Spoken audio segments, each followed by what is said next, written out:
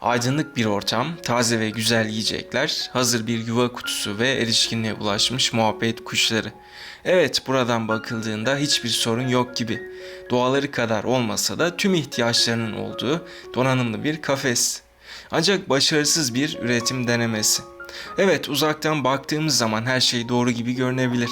Ama çok küçük bir detay nedeniyle heyecanla beklediğimiz bu süreç olumsuz sonuçlanabilir.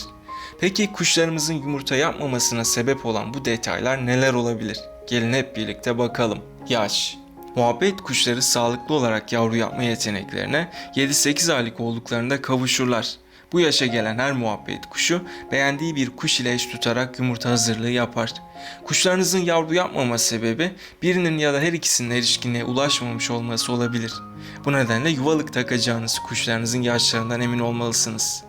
Küçük yaştaki kuşlarda üretim denemesi başarısız olacağı gibi yaşlanmış kuşlarda da başarısız olacaktır. Ortalama 13 yıllık bir ömre sahip olan muhabbet kuşları 7-8 yaşına doğru geldikçe üreme güdüleri azalır. Buna bağlı olarak da üretim denemesi başarısız olabilir. Eşlerini beğenmemeleri. Muhabbet kuşları gördükleri her kuşla eş tutmazlar. Eşlerini beğenerek seçerler. Ancak sevda ya da sultan papağanları gibi tek eşli değillerdir. Her kuluçkada farklı kuşla eş tutabilir. Eğer kuşlarınızda yumurta yapmama gibi bir sorunla karşılaşıyorsanız bunun sebebi eşini beğenmemesi olabilir. Eş tutan muhabbet kuşlarında kafa kaşıma, yem kusma, yan yana durma gibi davranışlar görülür. Eş tutmayan kuşlar ise birbirlerine uzak durmayı tercih eder. Aralarında sık sık kavga görülebilir. Üretmek istediğiniz kuşların eş tuttuğundan emin olmalısınız. Gün ışığı alan bir ortam. Aydınlık bir ortam muhabbet kuşlarını yavru yapmaya teşvik eder.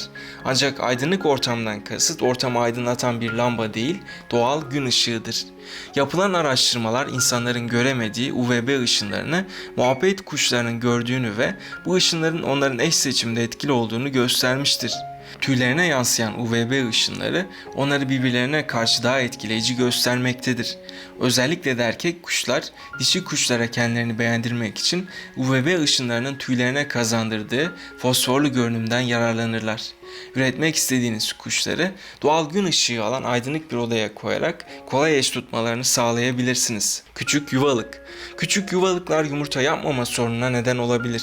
Dişi kuşlar yumurta yapmadan önce yuvalık keşfi yaparak uygun olup olmadığını kontrol eder. Kuşlarınız için alacağınız yuvalık ebeveynlerin ve yavruların rahat sığabileceği boyutta olmalıdır. Kuşların kızışmamış olması. Muhabbet kuşlarının yavru yapabilmesi için her ikisinde kızışmış olması, yani yavru yapmak için kendilerini hazır hissediyor olmaları gerekir. Kızışan kuşların cere renkleri koyulaşır. Dişi kuşlarda açık tonlardan koyu kahverengiye döndüğünü görebilirsiniz. Kuşlar arasında kur davranışları bu dönemde artış gösterir. Dişiler yumurta yapmak için yuva aramaya başlar. Kızışmamış olanlar ise bu davranışları sergilemez. Eğer kuşlarınız yumurta yapmıyorsa bunun sebebi birinin ya da her ikisinin kızışmamış olması olabilir. Bu durumda kızışmayan kuşlarınıza haşlanmış yumurta, yumurta maması, Nijer tohumu gibi kızıştırıcı besinler vererek yavru yapmaları için teşvik edebilirsiniz. Yetersiz beslenme.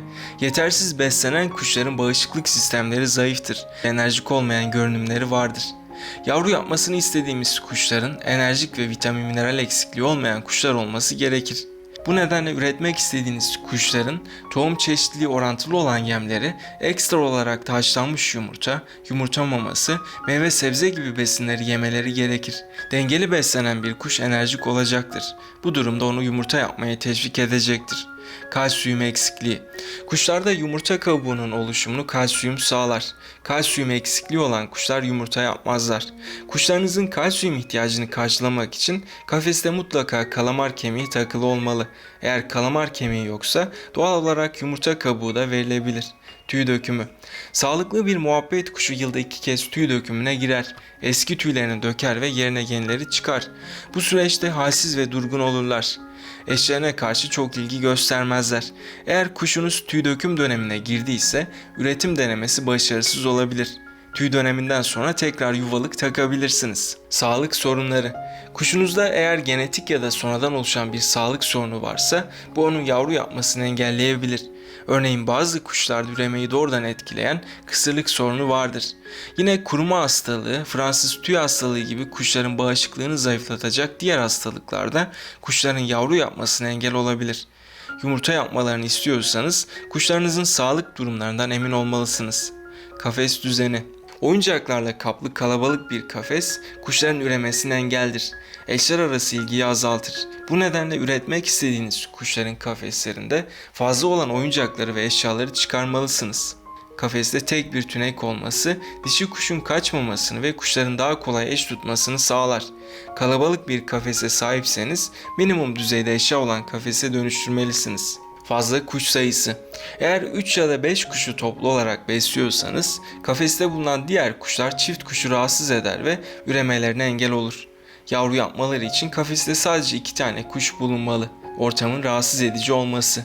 Sesli ve gürültülü ortamlar kuşların dikkatini dağıtır ve kendilerini güvende hissetmelerine engel olur. Ortamı güvenli bulmayan kuşlar ise yavru yapmazlar. Üretilmek istenen kuşlar sakin ve sessiz bir odaya konulmalıdır.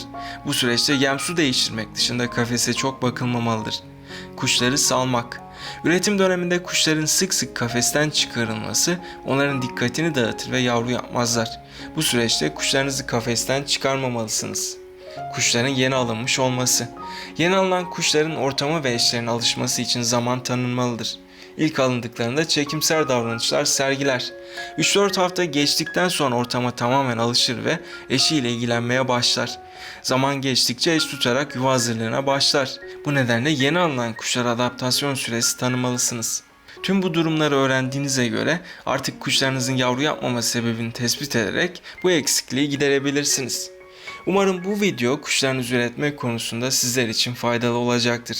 Yeni videolarda görüşmek dileğiyle, kendinize iyi bakın, hoşça kalın.